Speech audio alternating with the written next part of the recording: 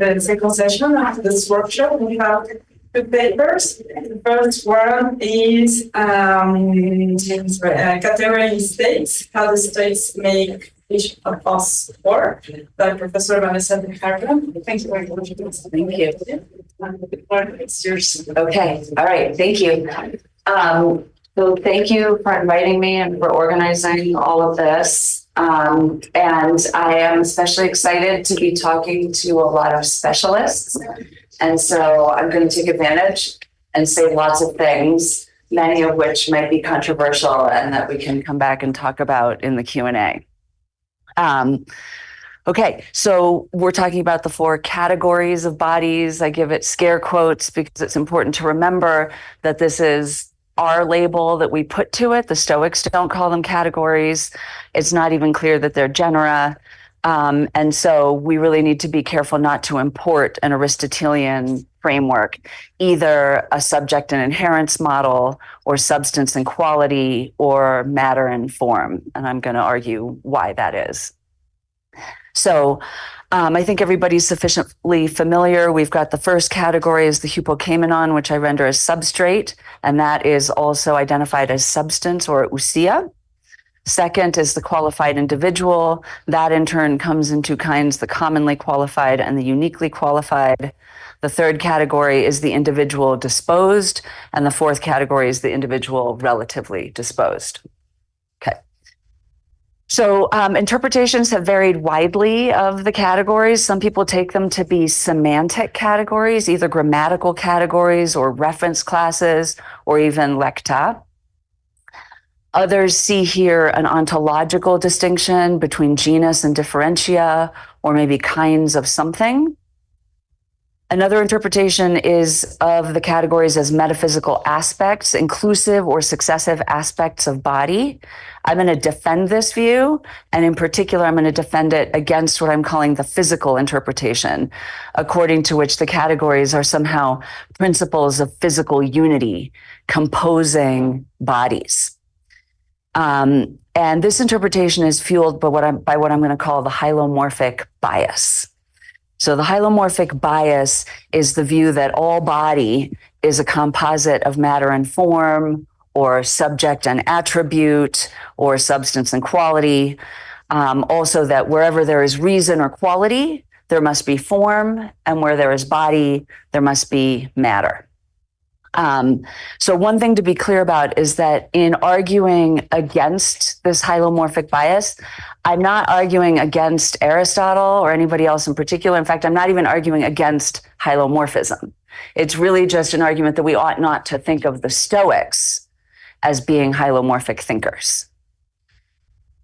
So I have some examples here of people saying this sort of thing. So Irwin says, when something is fully qualified and has a genuine quality, it is unified, and the quality makes it unified by being the source of cohesion among its parts.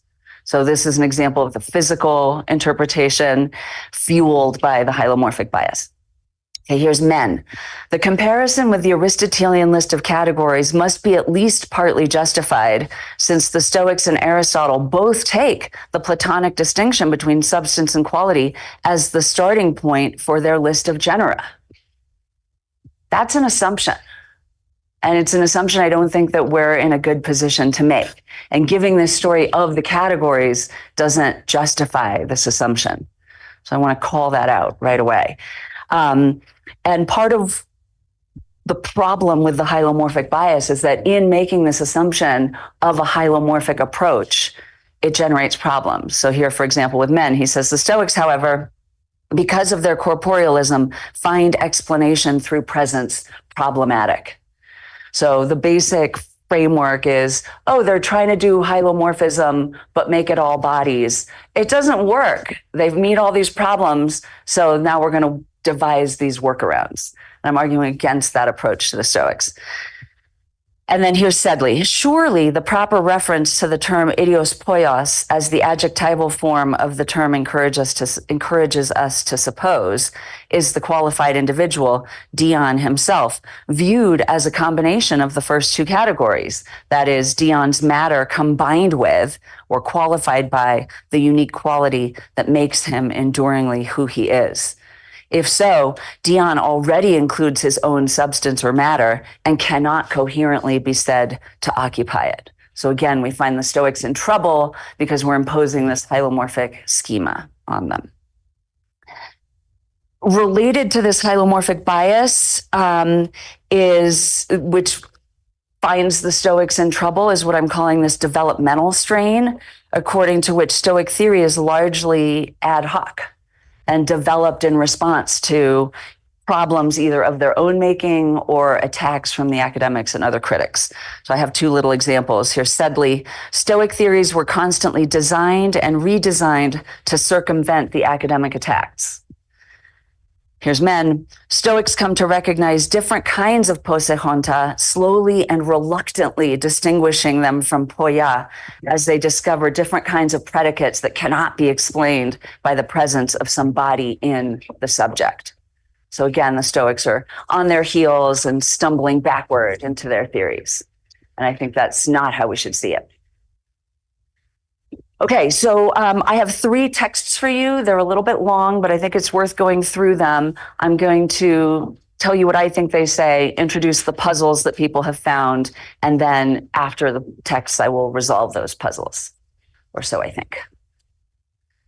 Okay, now then, the argument about growth is certainly old, for as Chrysippus says, it is put by Epicharmus. But with those in the academy thinking that the puzzle is not altogether easy or straightforward, these people have accused them of many things and decried that they destroy the preconceptions and philosophize against common conceptions.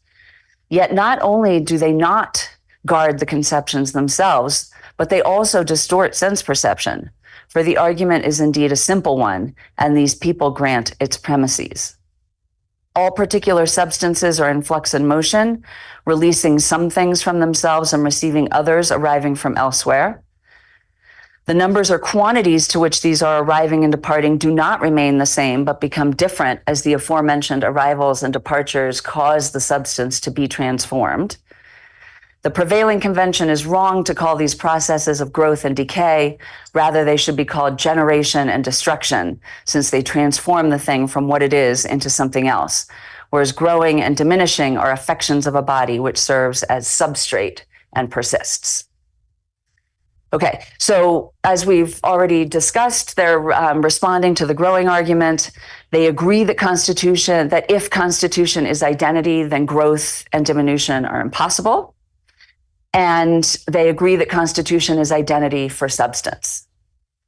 Okay, before we go to the next part, I want to point out part of this developmental strain. So David Sedley thinks that the academy is coming at Zeno with the growing argument, and that then Chrysippus in response invents the categories as a way to diffuse that problem.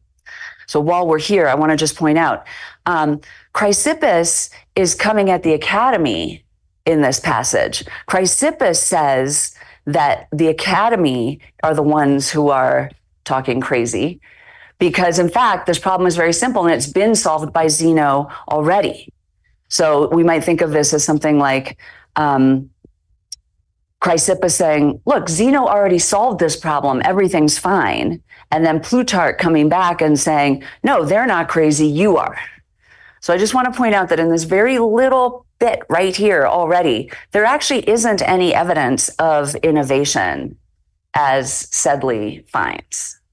So his dialectic, again, is that the academy is coming at Zeno, devising the growing argument with a special sting to its tail. But actually, it's the reverse. It's Chrysippus going after the academy for pressing this problem.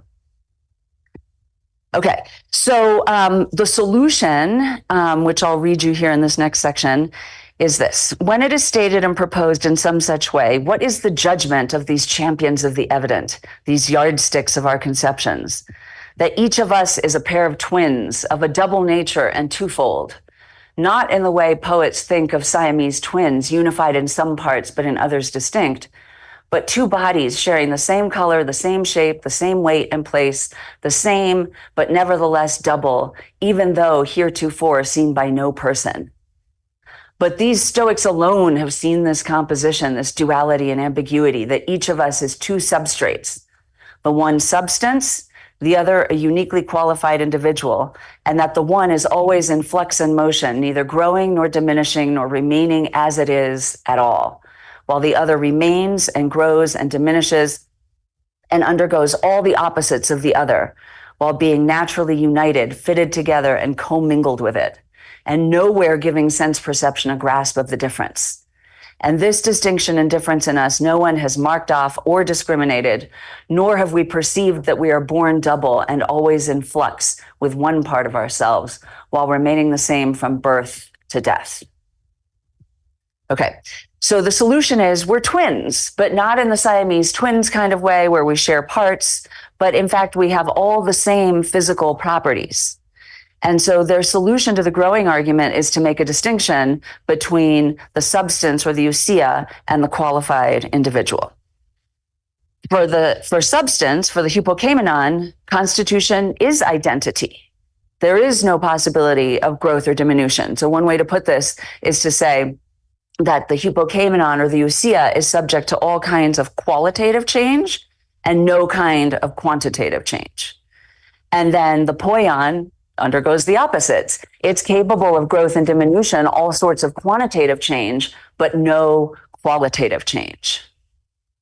Plutarch, of course, thinks he's outraged that this is the case. And my question is, do we need to follow him in this? And my suggestion is that we do not. So I have a couple more examples for you. Irwin raises this question: why do the Stoics have this doctrine of two subjects, as he calls it? It must be because there's a problem with one of their subjects or one of their substrates. So here we have a presumption of a difficulty fueling a certain Stoic view.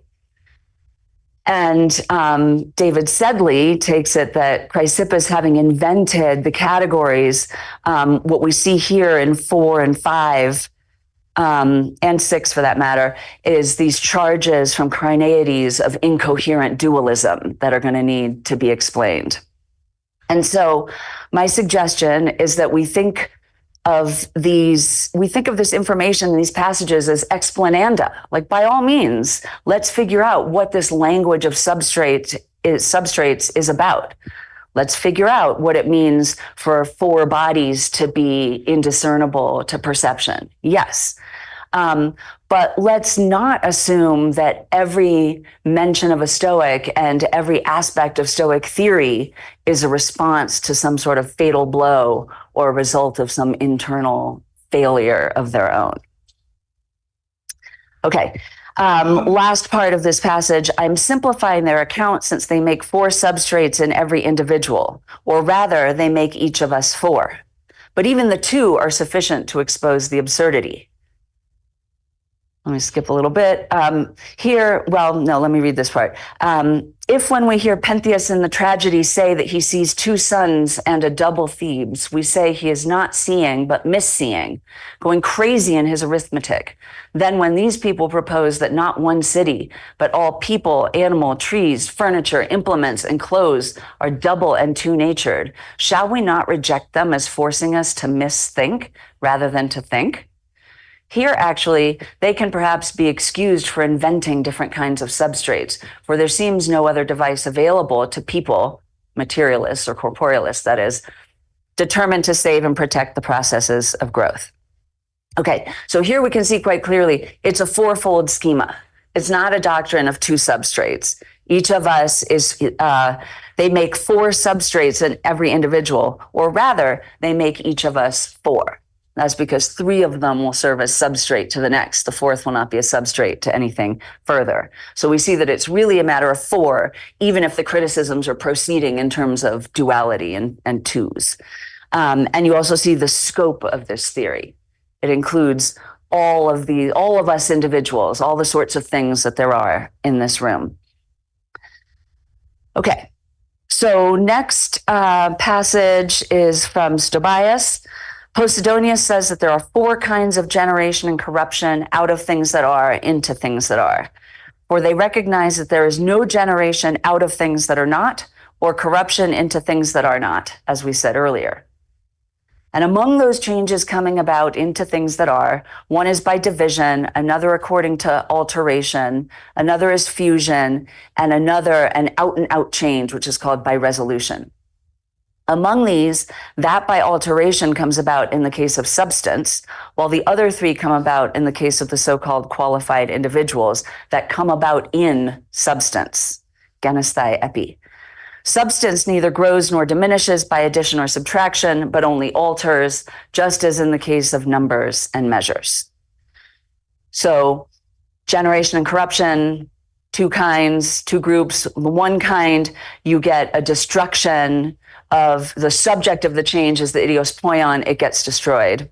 The other kind, the subject of the change is the ousia, and it does not get destroyed. It undergoes qualitative change, but not quantitative change. Therefore, we can tell that it is poia that grow. We can confirm the scope of the theory and that this is a lifelong property or a lifelong state of being a qualified individual. That last part happens here in 5. And it follows, it is in the case of uniquely qualified individuals like Dion and Theon that growth and diminution come about. Wherefore, too, the quality of each uniquely qualified individual remains from its generation to its destruction in the case of things admitting of destruction, animals and plants and the like. Okay, before you turn, David Sedley gives us another developmental moment here, right? He thinks, oh my God, what is this talk of coming to be in? The poion, here we've got this, the categories are the hypokaimenon, the poion, and so on. Well, this poion should obviously be a poiotes. There must be some ambiguity, there must be some problem. And so we're going to have to fix that. And so I'm just going to ask you to take a second right now while we're here to consider the example. So this is a case of generation by alteration. The ousia remains. And what happens is we've got, say, a lump of clay, we make a statue, and I ask you, is it really so strange to think, to say, to use the words, a statue comes to be in the clay? I don't really think it's that odd, unless, of course, you are presuming this hylomorphic schema. So just consider while we're here that it might not be that weird to say a statue came about in the clay because I altered the shape of the clay. Okay, now we can turn. Okay, in this next section, we get an introduction of the mereology. In the case of uniquely qualified individuals, they say that there are 2 receptive parts. The one is something according to the nature of substance, the other according to the nature of the qualified individual. For this, as we have often said, is what admits of growth and diminution. But the uniquely qualified individual and the substance out of which it is constituted are not the same thing. Nor, mind you, are they different either, but merely not the same because of the fact that substance both is a part and occupies the same place, while those things called different must be both separate in place and not conceived of as a part. And that what is according to the uniquely qualified individual and what is according to the substance are not the same, Nesarchus says, is clear. For it is necessary that things that are the same have the same properties. For if someone who molded a horse for the sake of argument were to smash it, then produce a dog, it would be reasonable for us seeing this to say that this back then did not exist, but now it does. So what is said in the case of the qualified individual is different. And also generally in the case of substance, to think we are the same as our substances seems unconvincing. For it often happens that the substance exists before generation, before Socrates' generation, say, when Socrates does not yet exist, and after the destruction, the substance on the one hand remains, but he no longer exists. Okay. So here's what I think is going on here. This talk of receptive parts, I think is just the same talk as talk of substrates. I think those are the same thing. And what we are told is that the substrate, the hypokaimenon, is neither the same nor same as nor different from the poion.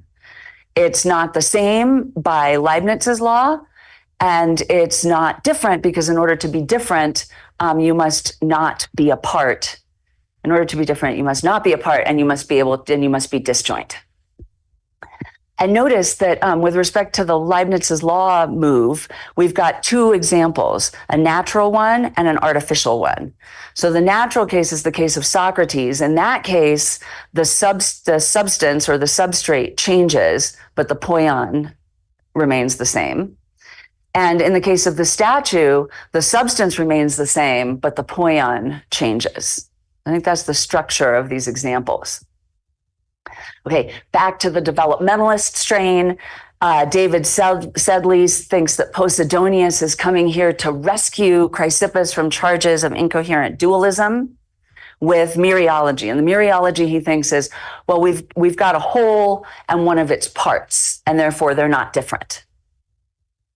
And then we get charges of monism by the Philonian Academy. And for that reason, you get Mnesarchus coming in to argue that they're not the same.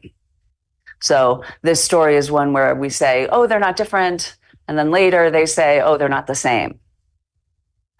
So I'd like to suggest that we resist the urge to think that every mention of a particular Stoic tells us that there's innovation or disagreement. For example, here's another example of this urge. Irwin thinks that there is a conflict between Posidonius and Mnesarchus in this passage. Posidonius thinks that the substrate is a Lockean mass, and so then what we need is a second substrate in order to have something that persists through change. But, oh no, that means that Posidonius denies that there are things like compost heaps. Mnesarchus, on the other hand, sees that there are compost heaps and thinks that what the substrate is from Mnesarchus is a weakly persistent heap. And the argument for this is this empirical observation that if you had some clay and molded a horse and then smashed it and made a dog, or I forget if the dog or the horse comes first, well, surely you're going to use some bits of clay. You're going to lose some clay along the way. And so really the substrate must be this weakly persistent thing. But look, it says right here, for the sake of argument, this is a thought experiment. These sort of empirical concerns don't belong here. So I'll just say that part now. The upshot for Irwin is that the Stoics are impaled on the horns of this dilemma, which is a dilemma of their own making. So there's the puzzle. I'll say some more later about how I think it's resolved. Okay, finally, we have the idios poion, and I want to resist the cluster with you. I think this is right. So here's the text. And I've included, you'll notice, more text than the Long and Sedley. And I think the last bit of the text actually is important for understanding what's going on. But if form is what is predicated of many things that are also numerically distinct in the category of what is, how will an individual differ from an individual who is also one? For this one is numerically one, and so is that one. Now, certainly those solving this puzzle by the uniquely qualified individual, this is, I might have messed this up a little bit, but this is that one is distinguished by, say, a certain crookedness of the nose or blondness or some other confluence of qualities for syndrome, confluence, and another snubness or baldness or grayness of the eyes, and again another by other qualities, do not seem to me to solve it well. For it is not the confluence of qualities that make them differ numerically, but if indeed anything does, then it is quality. Therefore, it is necessary to reply rather as follows, that things that are numerically distinct do not differ from one another in nature and substance, but distinctness holds in virtue of being countable. It's the matter that makes things be numerically distinct. That's what he's going to say. And what that tells us is that the Stoics are not differentiating that way. They're doing something else. Okay, so as Christian was telling us, there is this problem in the literature according to which the more something is unique, the less it's going to be able to be a lifelong quality. And the more something is a lifelong quality, the less it's going to be able to be unique. And let's see, I was actually going to read it. I'm going to skip that in the interest of time. Yeah. Okay. So these are our puzzles and explananda so far. What does it mean for each of us to be four bodies, distinct and yet indistinguishable by perception and sharing all the same physical properties? What does it mean to say that we are several substrates? Are Posidonius and Mnesarchus at odds about the persistence of the hypokeimenon? What is the mereology of the categories? It's a good question. What is the idios poion, and how can it be both unique and lifelong? Okay, here's my fresh start. The hypokeimenon, i.e. ousia, or substance. First of all, ousia is body, not matter. So passage F we can talk about in the discussion if you want to, but Diogenes tells us explicitly that ousia is body. So this idea that the hypokeimenon is just matter to the exclusion of pneuma, so that it's matter awaiting its form in a hylomorphic way, I think is misguided. So the first category, if that is right, then the first category is the totality of a thing's corporeal substance, its corpulence, if you will. Pneuma and matter together, not matter awaiting its pneuma or an Aristotelian subject awaiting its qualities. And one way we can tell that that's so is that they're not building bodies. They're not, that what they're doing is taking bodies once they're built. Each of us, like I already exist, so each of us is four. It's taking the thing once it already is built and exists and giving an analysis of that. And that is their starting point. It's not a matter of physics. It's not a matter of building things. It's a matter of logic, just to use their basic categories. And another way we can tell is the way that they exemplify the case with the clay to the statue and the hand to the fist. These are all cases of what in contemporary metaphysics is called constitution. So I want to make a distinction here between constitution and composition. Composition is when you build one thing out of many, and constitution is like the relation of clay to statue in the contemporary debates, like say with Wiggins. So the hypokeimenon, what is it? It is a thing's bulk or mass, corpulence, as I've been putting it. And for that thing, constitution is identity. And there's no reason to find any conflict between Posidonius and Mnesarchus. The substrate is a Lockean mass for both of them. Posidonius is not denying that there are compost heaps. The compost heap is not going to be the substrate. It's going to be the poion. And Mnesarchus is not giving us a weakly persistent substrate instead of a Lockean mass. These empirical considerations are out of place in this thought experiment. Okay, so that's the hypokeimenon. Onward, the poion. Okay, the second category is poion, not poiotes, right? It's not a quality. It's a qualified individual. Socrates, for example, a human being, a particular human being. So just as the hypokeimenon is not matter awaiting its quality, so too the poion is not form or quality to that matter. There's no textual evidence that tells us that the second quality is a poiotes. You think there is one? Second category. Second quality. Oh, quality. Why? The second category is. What did I say? Quality. Oh, sorry. Yes. There's no textual evidence that the second category is quality. Yes. Thank you. Good. Yes. True. No, that's good. That's important. That would be a pretty grave mistake, actually. Okay. No evidence to this effect. And yet, hugely widespread assumption. A lot of people take this to be, they're like, oh, well, like as I was reading from David Sedley, well, it must be the poietes. I mean, obviously they've made some mistakes. Okay. So I think the puzzles that we're given, the growing argument, don't fit that kind of picture. And the examples that were given, clay to statue, hand to fist, Socrates to his substance, don't really fit the matter, form, or substance quality model. And so when people like men find the Stoics failing at the substance quality inherence model, what we should think is not that they've failed in their endeavor and need to now devise something totally different for the third category, but rather that that was not their endeavor to begin with. They're doing something else. Okay. This might be something we need to talk about in the Q&A. So qualities for the Stoics are not entities. They're not things.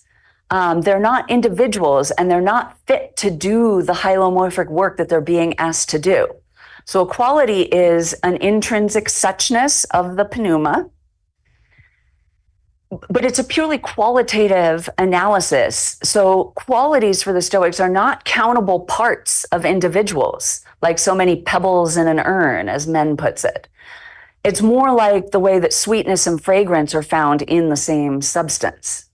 So these are not parts of the individual, they're just states of the pneuma.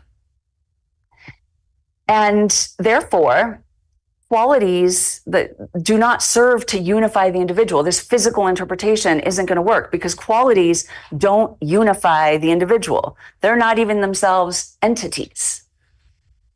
Even though, notwithstanding the following three things. Pneuma is what unifies, generates, and sustains an individual. Only unified things have qualities, and qualities are pneuma in a certain state. So what I'm saying is that pneuma is the agent of unity, is the sustaining cause of the individual, but the qualitative states of pneuma are not responsible for the unifying of the entity. Qualities are qualitative states. It's a state that the pneuma is in. It's not an entity itself doing the work of unifying. Okay. On to the idios poion, same story. It's also not a poietes. The second category is also not a poietes. It's Socrates, the Nikeos Samothrace, this grain of rice. The idios poietes is not an individual feature or collection of features that can be isolated from all the others, like so many pebbles in an urn. It is rather a unique intrinsic suchness that is pervasive of the individual, a certain signature or je ne sais quoi, which somebody actually advised me not to say of it because then it makes it seem epistemically inaccessible or something. But anyway, I still like it. Something in the way that Socrates moves or looks or behaves. And it's related, of course, to the way in which your state of character is written all over you for the Stoics. So Dexippus complains that the Stoics solve the puzzle of distinctness by a syndrome of qualities, but that they are wrong to do so because it's not even a collection of qualities, but a purely qualitative difference that can't be isolated or unique. So really the evidence from Dexippus, which people have taken as evidence that it's a collection, is not really what he's complaining about. He's complaining that it's qualitative.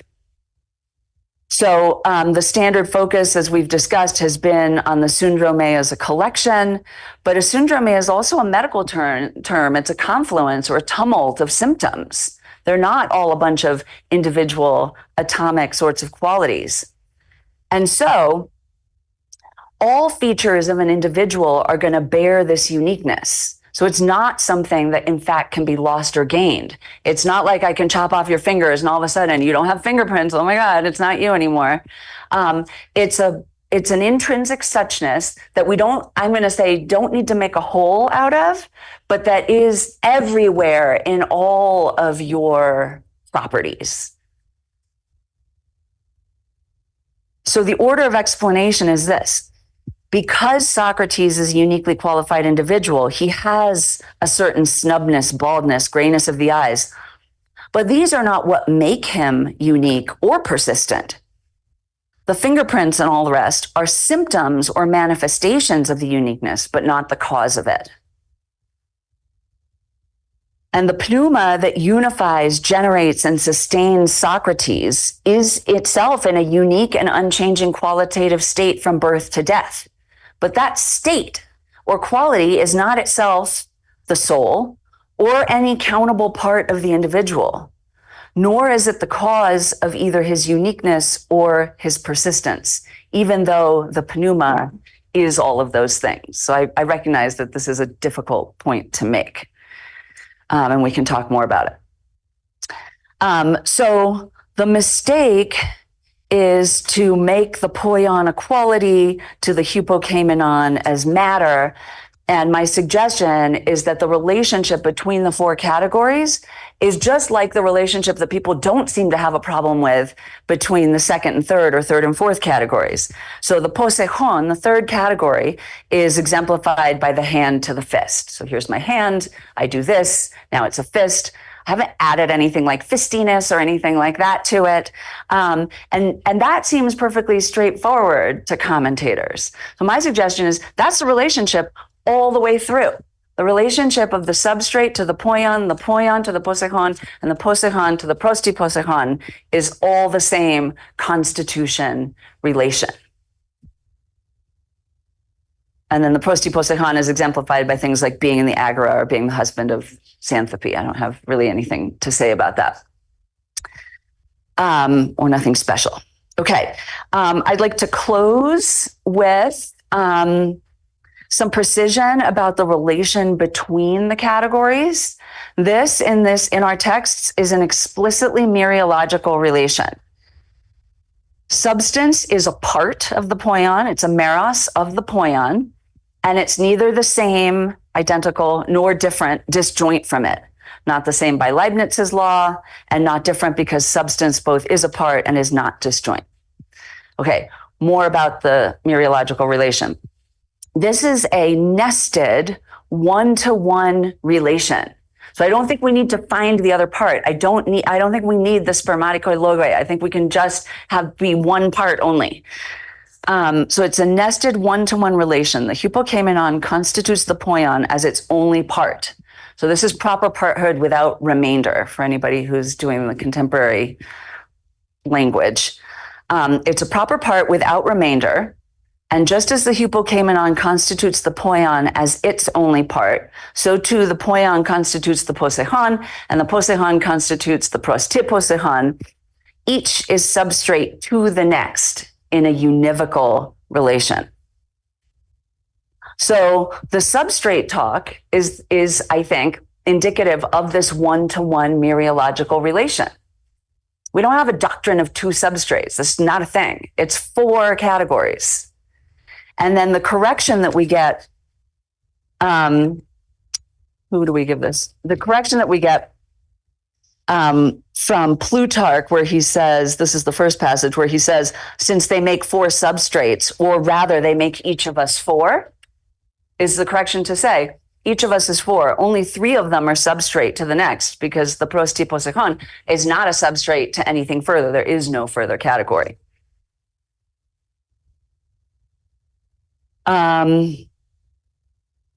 Right. Okay, good. So these are reasons to resist the idea that the first two categories are one sort of thing, matter and form, substance and quality, subject and quality, whatever. And that then the third and fourth are doing something completely different. I think they're all the same all the way through. And this is a relation I'm calling constitution in the spirit of Wiggins, who says that the tree is constituted by its molecules. Of course, when I say that, I don't mean to say that the Stoics are recognizing molecules or being atomistic or anything like that.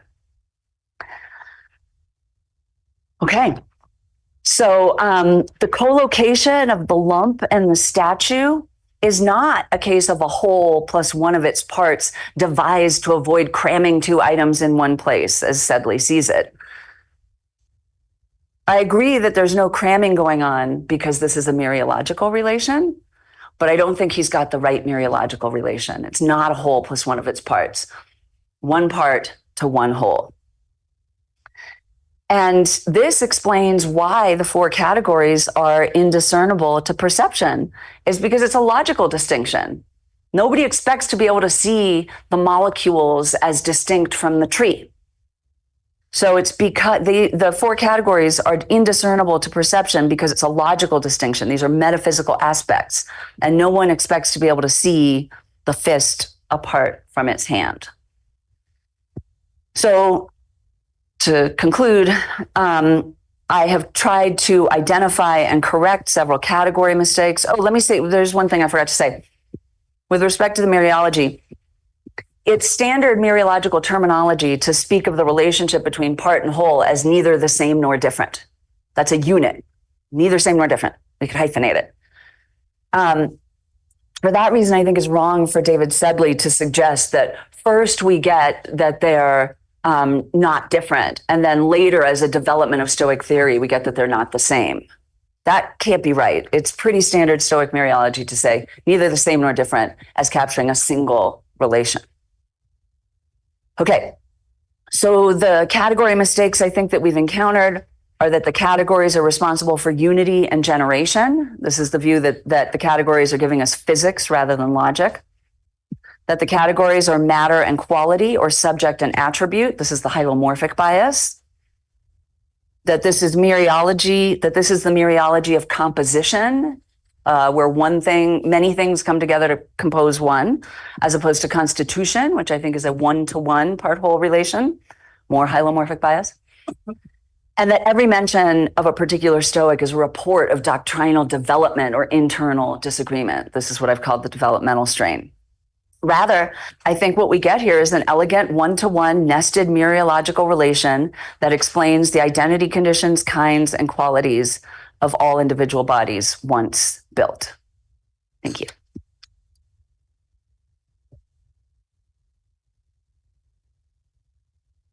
Thank you, Vanessa, for this wonderful workshop. Now we're going to open the discussion. If you raise your hand, I can Thanks for this.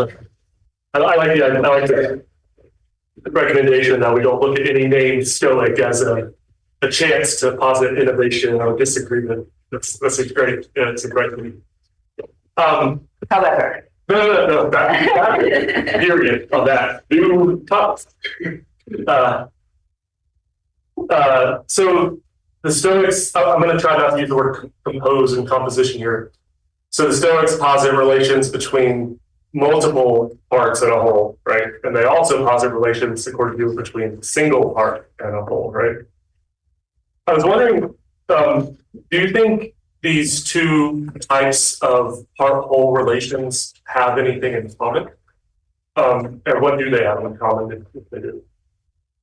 I mean, I think that they are both mereological relations, but I think that the composition relation, which you find in the physics when we're building the cosmos, for example, is not given to us in explicitly mereological terms. So I do think that the constitution relation is self-consciously mereological.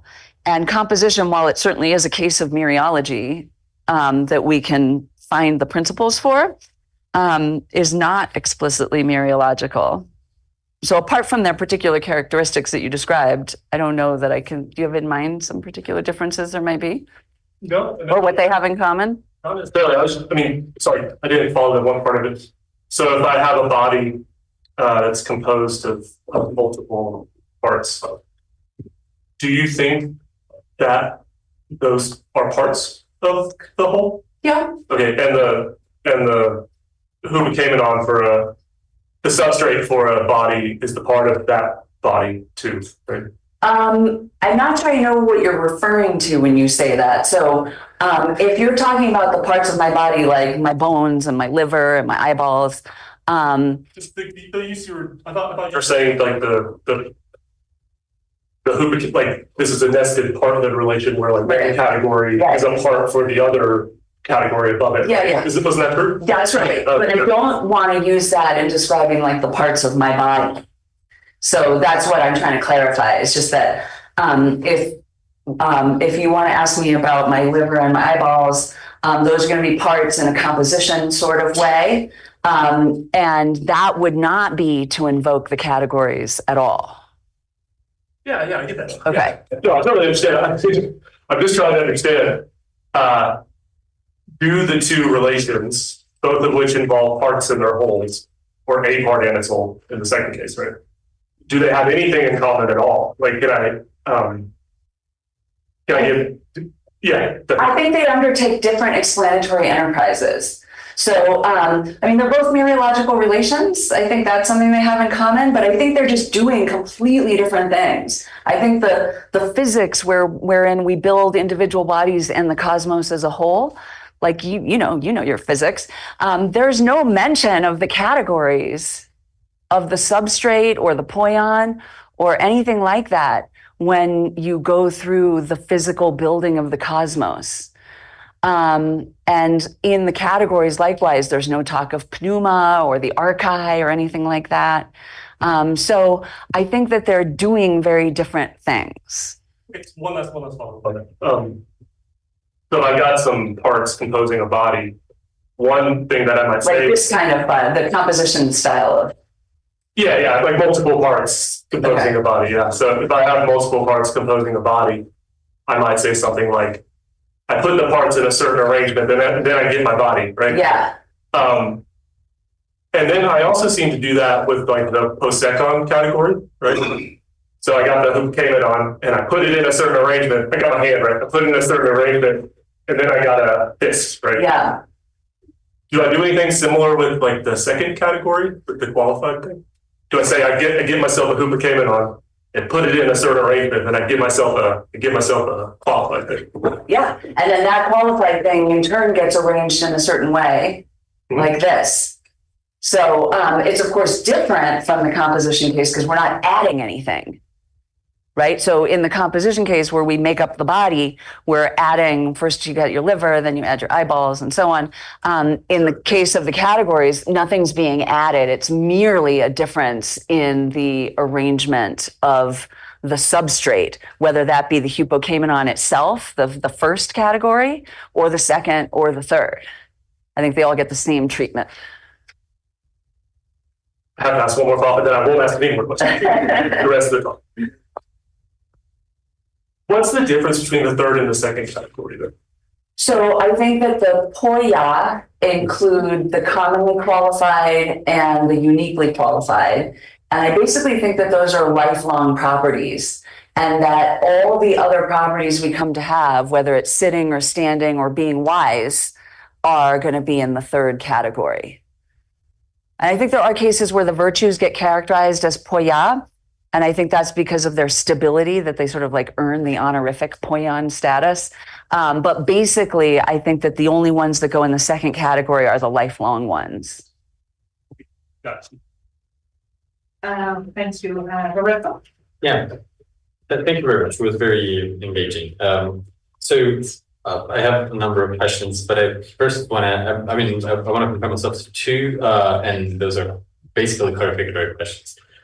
The first is about the allomorphic bias, right? Yeah. About the allomorphic bias. I'm not entirely sure I understood how the allomorphic bias applies to the interpretation of the Stoics in the various examples you've given. And I wanted to focus in particular on this quotation you had from Stephen Mann, because it seems to me that in the part that you have stressed, reading it out, is not, if by a allomorphic bias we mean Aristotelian allomorphism. Which I don't. I mean, I think Plato and Aristotle can both be characterized as hylomorphic thinkers. So I'm using the word hylomorphic in a fairly broad sort of way to include not just the concrete thesis, not just the thesis that a body is composed of matter and form, but basically this idea that there's going to be a subject or a substance and then a quality inhering in it, something according to which anytime there's reason or quality, there's a form involved, something of a different ontological order, if you will. Well, okay. Okay, here's my word. I mean, I think we do have sources telling us that Zeno was taking the passage from the Quora in the Timaeus 49:52 as a starting point to think his way through matter. And so, I mean, as long as this distinction between substance and quality is concerned, if we don't take it from the Aristotelian point of view, I don't see how the allomorphic bias applies. Okay, so I think that the word hylomorphic can apply to Plato as much as to Aristotle in the way that I'm using it, which is a fairly broad way. I think that the Stoics are taking on the explananda of their predecessors. We want to understand what makes something F in the various ways that it is F. And so the hylomorphic bias that I'm resisting is the idea that the Stoics are themselves pursuing something, an account according to which there is matter and form, or substance and quality, or subject with something inhering. I mean, I don't see how, if we think about the Timaeus, how matter and form and substance and quality are basically, the two pairs are interchangeable. Well, they don't have to be interchangeable. This is a broad set of ways to bring a hylomorphic bias. Okay, so in the Timaeus, for example, the receptacle, this is a good example. Yeah. The receptacle is supposed to be this completely qualityless something. And so people tend to think that Stoic hule is something like the receptacle. And then further, with respect to the categories, they're going to think that the humokamenon is that. So that's an example of how it gets imported. And so what we find in men, I think very strongly, is the idea that the Stoics are trying to address the explananda by a similar sort of explanation, only they're just going to make it all be body. But then, oh, it turns out that fails because I can't find any fistiness or walkingness to put in a body. And that's what takes us to the third and fourth categories. Or as he would have it, the fourth and then the third. Okay, I see. And when it comes to the second category, at some point, I think, so you emphasize that that the poion is not poiotes. Yeah. Completely in agreement with that, but I don't see why the conflation between the two is a symptom of the bias. Oh, why not? So the bias is the first category must be matter. The second one must be quality or form. So sure, they say poion, but they must mean poiotes. I mean, that's the basic dialectic that we get. David Sedley does it quite explicitly. Yeah, no, what I mean is that this would work either way, whether you speak of poion or poiotes. No. You can have that bias anyways. I don't follow. You can still say the first category is humokamenon, the second category is poion, and you interpret the poion as form. Yeah, that's what I'm saying they're doing. That's my criticism. Well, but why bring in poiotes in? Because that's what they're doing. And it's not like the Stoics deny that there's any such thing as a poiotes, right? I'm not saying they deny that there are qualities. I'm saying the second category is not quality, but the qualified individual. And insofar as those with the hylomorphic bias are treating the second category as a quality, I think that they're doing the hylomorphic bias. But my sense is that these are two different issues. I mean, you can still have an allomorphic bias and think of the second category as poion, but you can also conflate poion and poiotes, regardless of whether you have biases, allomorphic biases. That's what I mean. So I just want to say that it's not enough. Well, it's not. I mean, it's not part of the allomorphic bias to conflate poion and poiotes. You can have that bias regardless. Look, Stephen Menn works very carefully and in excruciating detail About to acknowledge Yeah. that it's the poion, because the text does say it. Yeah. But ultimately, he's walking it into being a poiotes. So that's what I'm saying. I mean, this would have to be a separate discussion because the details of that article are too much. So I think that even when people take pains to recognize that the second category is technically apoyon, then they have to do all this other work to make it really be apoiotes. I think that's what's going on. Yes. Well, what I mean, I have no objection, question. No, I want to understand your position. So let me start with this. Well, something that is important in Platonic or Aristotelian allegomorphism is that matter and form are two different kinds of entity. Yes. So matter or subject is generally a sensible, a perceptible entity, not necessarily, but often. And the form is something abstract, but that incorporeal. It's something. So when they when they are hylomorphists, what they are achieving, I think, is to show how a particular substance is a combination of something corporeal and something incorporeal, and that's something. I mean, it's a very substantive thesis, no? Yeah, there's Plato and Aristotle. Plato and Aristotle. Yeah. But then, if you abandon this idea that matter and form are different kinds of entity, you can say they are both bodies. They are both corporeal. So then you can be a hylomorphist, but not an Aristotelian or Platonic one, but you're a hylomorphist just because you make a distinction between something that exemplifies or embodies a quality or a property, and the property itself that is embodied or by the matter. So, for example, I agree with you completely that the second category or the third or the fourth, they are.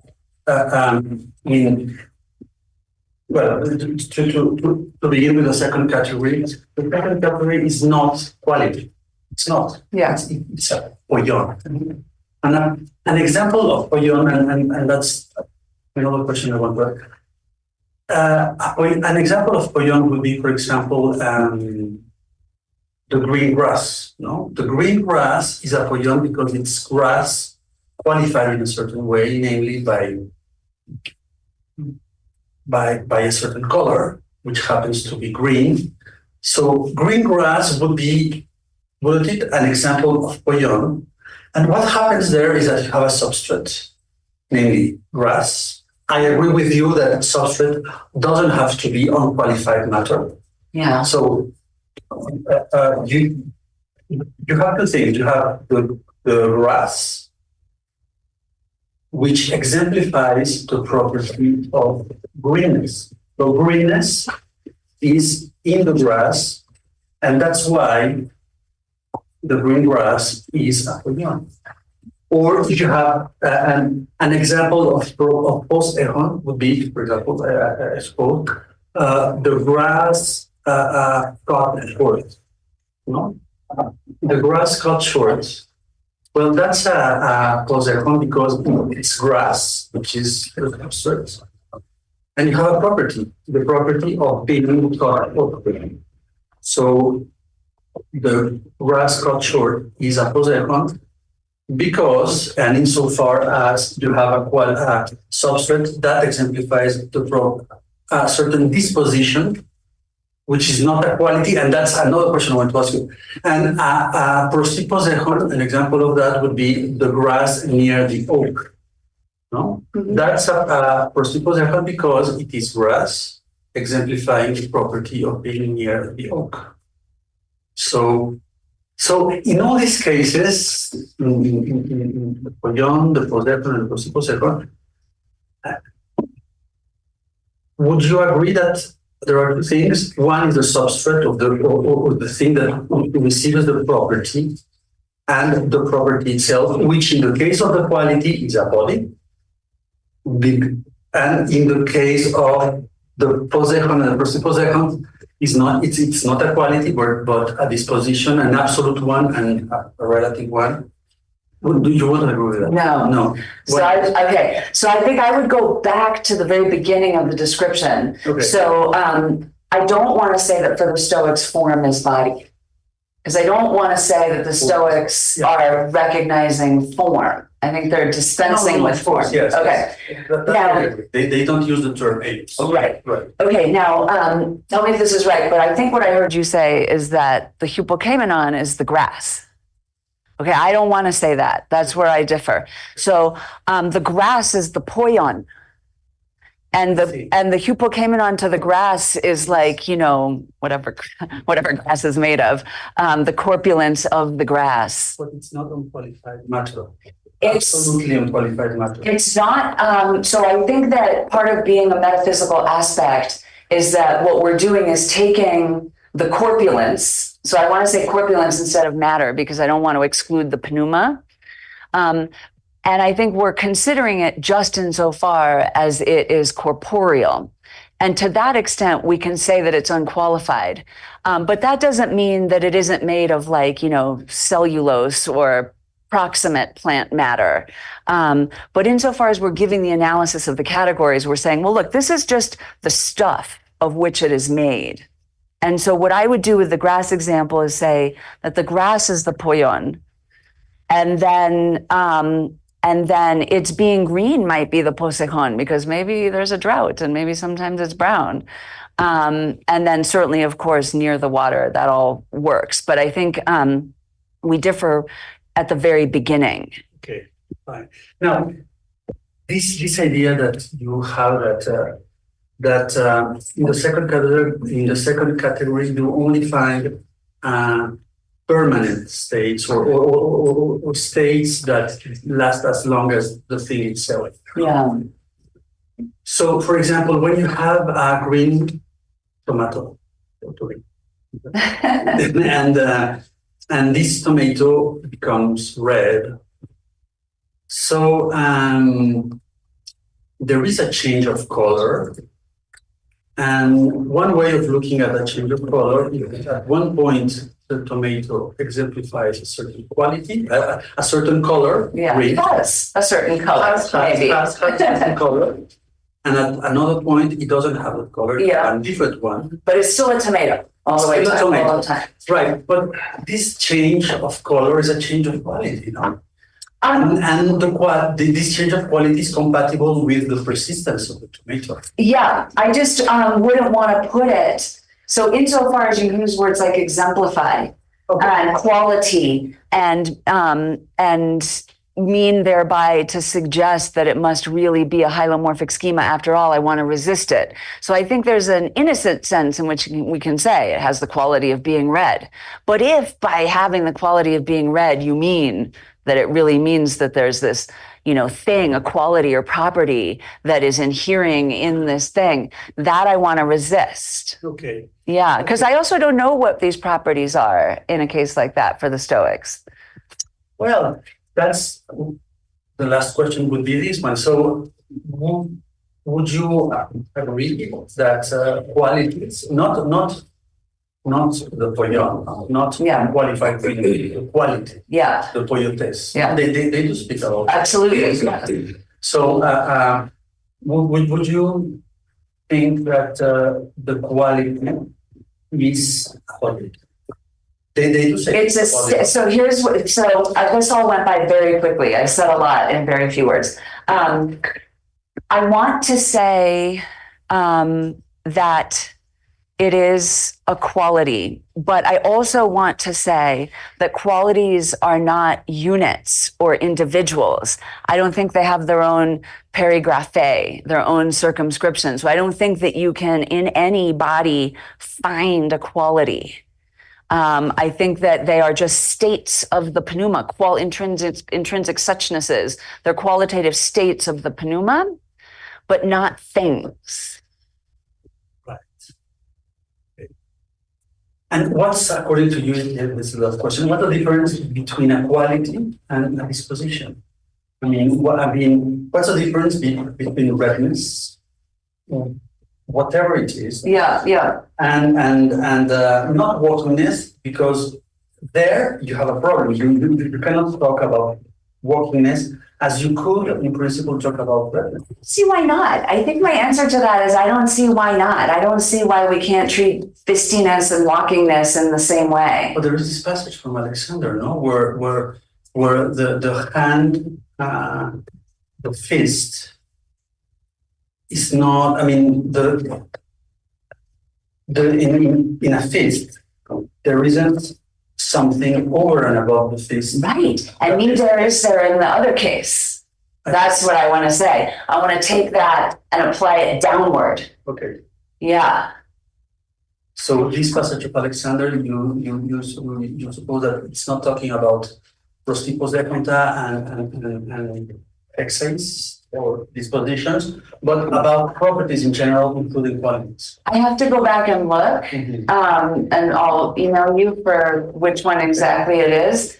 But yeah, in general, I want to say that, and of course we have to remember Alexander is no friend of the Stoics, right? So like, grain of salt. So I have to go back and look at it. But I think that all the categories have the same, I want to say the same for all of them. And Brooke, this is great because it follows directly. I'm going to keep up on this Coyote's body situation. So I can't quite figure out why we're dealing with this problem of what a quality is, whether it's a particular state of the pneuma or whether it's a current or a part of the pneuma in the metaphysical analysis of the categories.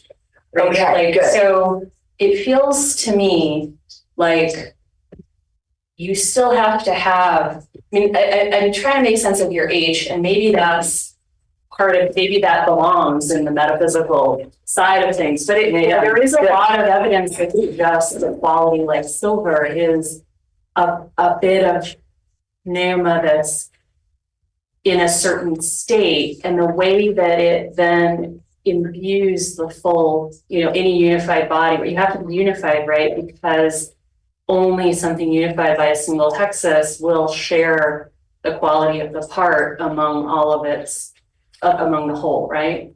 So that it seems like, it is some kind of a part in that sense. That's what I'm denying. Well, you're denying it, but like, regardless, it doesn't feel like that analysis belongs over here with the categories. It feels to me like the situation with the categories is, how are we going to produce this thing called the poion without just constituting it out of multiple categories that may just add, like, what's the syndrome, right? But like, there may be a way in which in both scenarios, the physics and the metaphysics, you're trying to give an account of how a unified body can be qualified by lots of different things and be a whole, right? Like how all of those different qualities in the pebbles in the urn don't just add up, like whatever you're going to call a qualified individual or the unified body and its being can't just be all those parts added up, like because they're not parts, right? Yeah. It has to be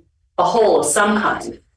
But in both a unity. Well, but this is where I'm wondering, like, on the how it's going to be a syndrome over here is going to be different than how it's going to be unified as a physical body. And so over here, we have to come up with a way in which the poion is more than the sum of its qualities. Let me try, see if I got you, okay? Yeah. So one thing I can say is that if I were just telling you about the categories, I wouldn't talk about qualities. The only reason we're talking about qualities is because all these other people are taking the poion to be the poiotes, even if they're technically recognizing that it's the poion, right? So that's why we're doing it. I think you could give a whole account of the categories without talking about qualities. Okay, now for the unity issue, I think that we get an account in the physics of generation and composition. And when pneuma and matter blend, you get a new individual. And that pneuma will be in various states. And that's what the qualities will be. But in neither of these places will the qualities be parts. Yes. But I feel like I'm missing something that you want, and I want to give it to you, but I don't know what it is. I mean, I guess where I'm stumbling is like, I still think they might be parts. Good, yeah, okay. And so that's one question, right? And because they seem to be parts to us still on the physical model, right? Yes. I'm also then thinking they may be parts of some kind that, you know, are taken collectively more than the sum of their parts, which is why there's a which is what's attractive, which is exactly this idea that there's some, like the trained observer can grasp a lot of different perceptual things, you know, all the different things, and somehow put it all together and recognize it as a whole. Yeah. But if they're not parts, I think it's a single, for the idios poietes, I think it's a single quality that is present everywhere. It's in the color of your eyes and your hair and the way you walk and the way you talk and all of those things. It's completely pervasive. And in general, and the arguments for this are technical, I'd be happy to share them, but like the basic technical argument that poietes are not parts is that they don't have their own perigraphe. And so, but I resist, so I appreciate this move to make it a sort of indivisible whole in some way.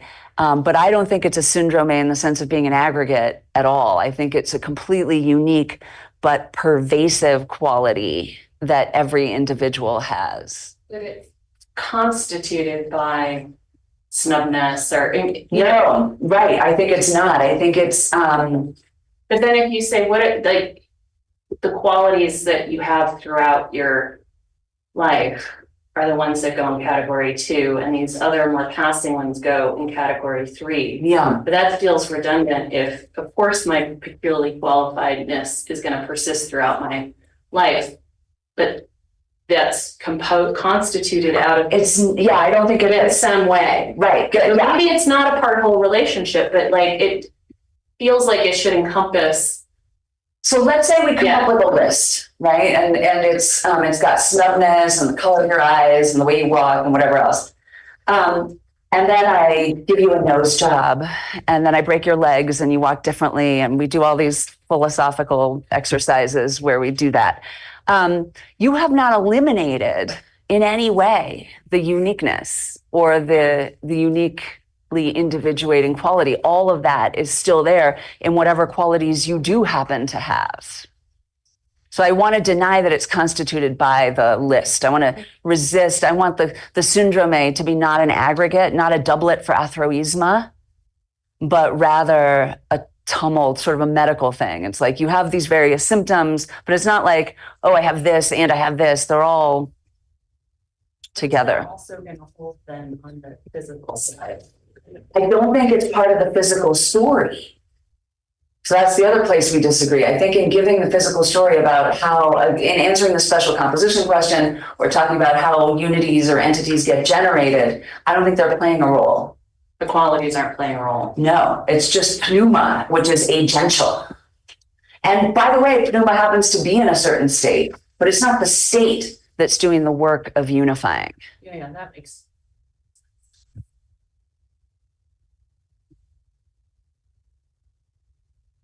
Edgar? Yes, thanks a lot for this very stimulating and challenging topic. I just wanted to ask you something about the mereology, right? Because you said that,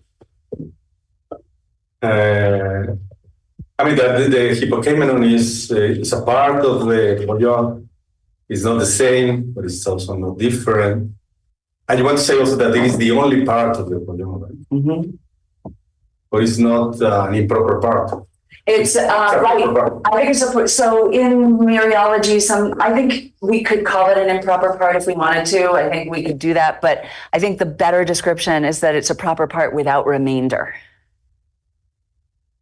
as the contemporary metaphysics puts it, contemporary mereology. So then you would reject weak supplementation. Exactly. Yes. And some people think that it's analytical, it's constitutive, it's constitutive of our very understanding of part. Yes, right. I would resist Some have that. a proper part. They must have another proper part that is disjunct with it. Yeah. I would argue that there is mereology that is not endorsing all the axioms of extensional mereology. This need not be our only mereology. Okay, then. Yeah, but yes, I do specify that according to this view, they would deny weak supplementation. Okay.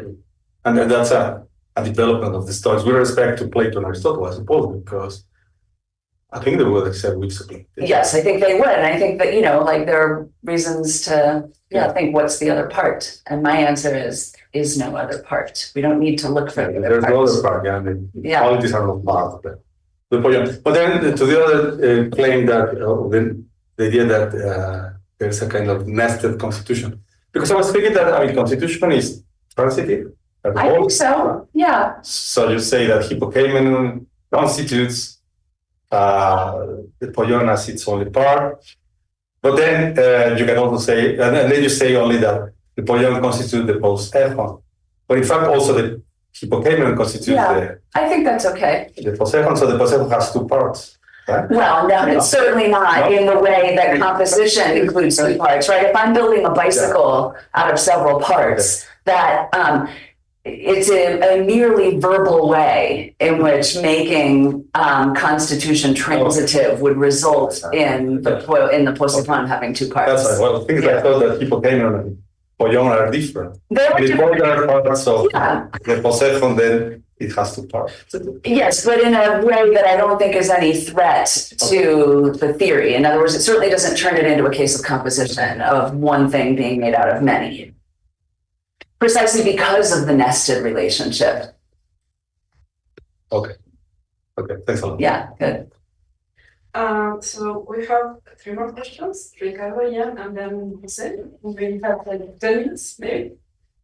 I just wanted to know, in the same spirit of trying to understand your theory, how would you react to a couple of passages? There is these 2 passages from Plutarch where he says the following. Right? In the first one, he says he's talking about bodies held together by exis, as opposed to physis or soul. No? So inanimate or lifeless things.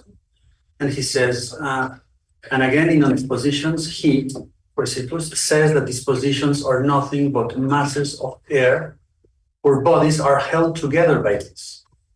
And air, that they call hardness in iron, density and whiteness in silver, is the cohesive cause that each of the things held together by disposition be qualified. Yeah. So, and then he adds, It's just causally responsible there. It's not cohesive cause, I'm pretty sure. okay. I don't think it matters to the point. It doesn't matter, but it's just idea. Okay. And then he adds later on, however, they declare everywhere that matter is from itself the inert and unchangeable substrate of qualities, and that qualities being masses of breath, air-like tensions, give form and shape to the parts of matter in which they come to be. So this is a passage which I think shows, or could be used to show, that qualities are bodies. Well, they are bodies. They're just not individuals. So they're not a body, they're Masses of corporeal, Masses of breath. but Masses not of breath are individuals. Things, Yeah. So, sizable things. yeah, okay, good. I'll have to look at that. But what I would say is first, one thing that goes on in these debates is that people have a tendency to think of all hexes and all skeses as being posejonta. And I think that's a mistake. I think we're not entitled to help ourselves to that. So I think that responds to the first part of that passage. And then I'd have to look again more closely to see about it as the substrate of qualities and everything. But I wouldn't want to say at any rate, that qualities are bodies. They are states of bodies. And that makes them corporeal without making them individuals. But I'll have to look at that. So that one, and then the other Alexander passage, I have to ask you for. Passage Yeah. made, which is this, it's Simplicius. It says, Yeah. so quality, which is one and without parts, gives cohesion to what has parts. And quality and the qualified are never present in things that are divorced from each other and in things that do not have a natural unity. Yes. So it seems to be saying that quality, or your test, are what gives cohesion to whatever thing they are present in. Yeah. I forget what I say about the details of that passage, but that is the sort of thing that I'm addressing when I say that qualities don't unify, even though pneuma is what unifies, and only unified things have qualities. I think that's just an ordinary sort of observation that, like, there's a difference between an animal and an army or a ship, and that qualities are pneuma in a certain state. So, Simplicius does, each of these has to be taken on a case-by-case basis. And I'm pretty sure I deal with that one, though I didn't include it here. But I'm going to put those on my list. Thank you. The Plutarch passage, we'll talk about it tomorrow too. So Okay, good. It's in 40. It's in like chapter 47 of Long Assembly somewhere. I think like 47M or something. Is it the only? Okay, yeah. Yes. I just need to know which one it is. Yeah. I have a question about Uzziah and Hule. Yeah. I'm wondering. So when with the two claims, your two claims are Uzziah is not Hule, right, and Uzziah is body, right?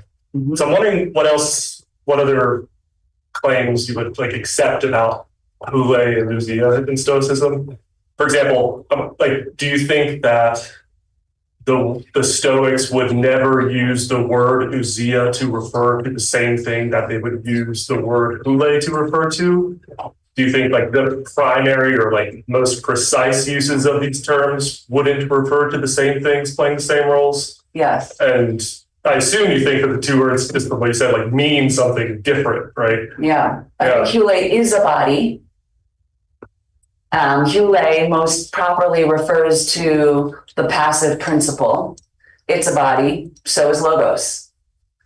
So in that respect, yes. But I think, like if we look at this Diogenes passage, F, substance is the prime, this is reported by Diogenes, so we don't know that this is Stoic language. But even if it were, I'm going to say what they're saying here is that ousia plays the role of prime matter. What's that? It's the ex who.